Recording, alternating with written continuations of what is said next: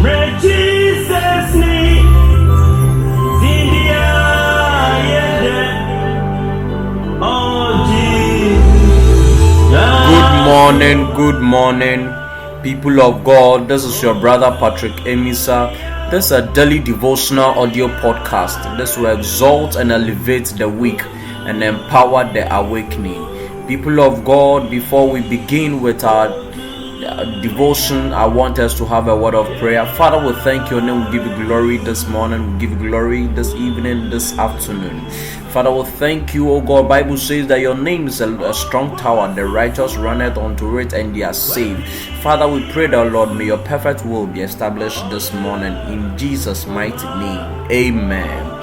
People of God, today by the will of God, we are treating another topic. And I have entitled it Unselfishness. In actual sense, unselfishness, not being selfish. In simple English, not being selfish. Hallelujah.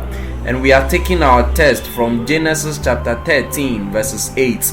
Genesis chapter 13 verses 8, and I read, So Abraham said to Lot, Let not have any quarreling between you and me, or between your headsmen and mine, for we are brothers. Hallelujah. This is the word of God, people of God.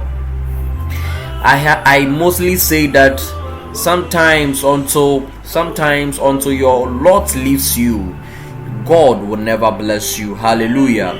Until your lot leaves you, God will never bless you. Hallelujah.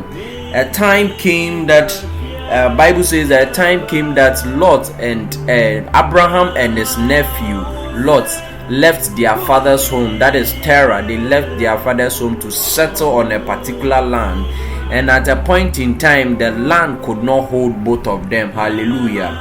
The land could not hold both of them because there was a quarreling between the headsmen of Lot and then the headsmen of Abraham. Hallelujah. But we realize one thing over here. Abraham, upon realizing, decided to maintain a good relationship with Lot than to fight over the properties. Hallelujah. Though Abraham was the oldest among both of them and could have used that to take the best of the land, but he didn't. Hallelujah. He rather let go so that there won't be any quarreling between both of them. He made Lot to choose what he wants to do. Hallelujah. Most of times we think we are the elders, so whatever we say is the final. Hallelujah. But that is not what Abraham did. He rather let go so that there won't be any strife. Hallelujah. Or quarreling. He believed God would bless him and there was no need fighting his nephew. Hallelujah. Over the small piece of land.